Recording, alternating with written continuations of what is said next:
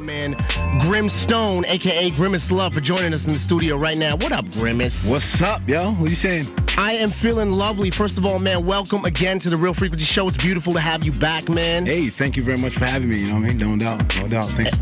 And this is all part of the New North series, man, profiling the artists that you need to know about in Toronto. Grimace Love is definitely an artist that you need to know about in Toronto. I actually first crossed paths with you, man, like Planet Mars days. You know what I'm saying? Like mid-90s, like 96 in Toronto, burgeoning sort of hip-hop scene. A lot of like-minded artists coming together and building, building around in the city. I remember you had a big record at the time, Bloody Murder, you know what I'm saying? Which is all about people coming to Toronto and not representing, which is in the spirit of the Screwface capital. Like DO3, sort of echoes, and all these people have been echoing over the years. Toronto's a tough city to please, and you definitely captured that in a record that you did a long time ago, man. So from that to like At First Sight, you know what I mean? Even your appearance on Controlled Anger and working with Monolith, you know what I'm saying? Yeah. As a matter of fact, I gotta big up Monolith, because Monolith is one of the craziest crews in the city as far as like just the depth of talent. What do you think was the greatest part of being? Okay, let me rephrase the question. How do you think Monolith has helped you grow first as a person and secondly as an artist?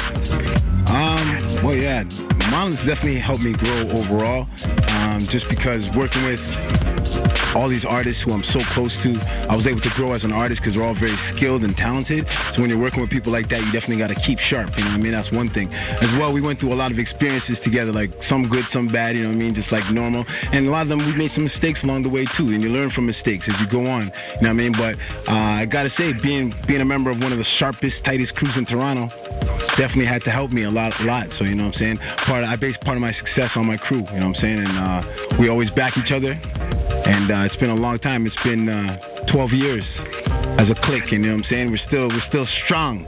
The man of my chung, you know what I mean? And it's not gonna stop. So big shouts to the whole Monolith, man. If you're out there, if you're checking this out right now, and if you don't know about Monolith, man, make sure you go and do the knowledge. One Rock Records and all that good stuff, man. This is back in the days. Word up. If you don't know about Monolith, you could check that out. Just go online, man. You know what I'm saying?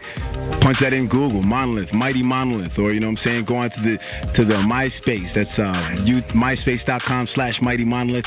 If you want a little history on YouTube, there's mad videos, all that. The thing that I noticed about Monolith too is that you guys always support each other. Even when it's like a solo project, if one man is stepping out to do his own thing, there's always the support from the other members in the crew throughout. You know what I mean? And that's been consistent for whichever artist in Monolith. So that's definitely a wicked thing as well, man. For sure. Yeah, that's part of the reason we started this crew, is because it is a crew and not a group. You know what I'm saying? It's a crew. It's built up of several artists and groups, DJs, graffiti artists, and we came together because we wanted to start supporting each other and working together with like-minded artists, and it was at a time as well when, people were trying to bust. There was a lot of people doing talented things and coming up in the game, but, everybody's trying to be in competition instead of working together to get somewhere, and that's why we decided to work together to get to the top. You know what I'm saying?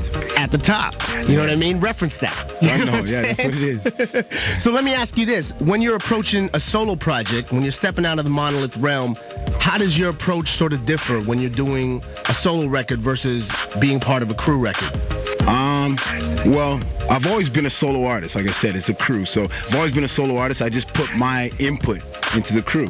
And that's pretty much what it was. So I don't think I've ever really changed the way I make music. The only difference would be is that when you're with a group, there's several heads inputting on how the music's going to be created and how the decisions that are going to be made when it comes to the sound and style of the music, or maybe the flow or the concept. But when it's me, it's all me. It's just like whatever comes to my mind or whatever I'm feeling at the time is what I lay down and what I want people to hear, There's no one telling me do this, do that, or don't do this, or don't do that. I just do whatever it is I feel in my heart and let the world hear that, No doubt. Real.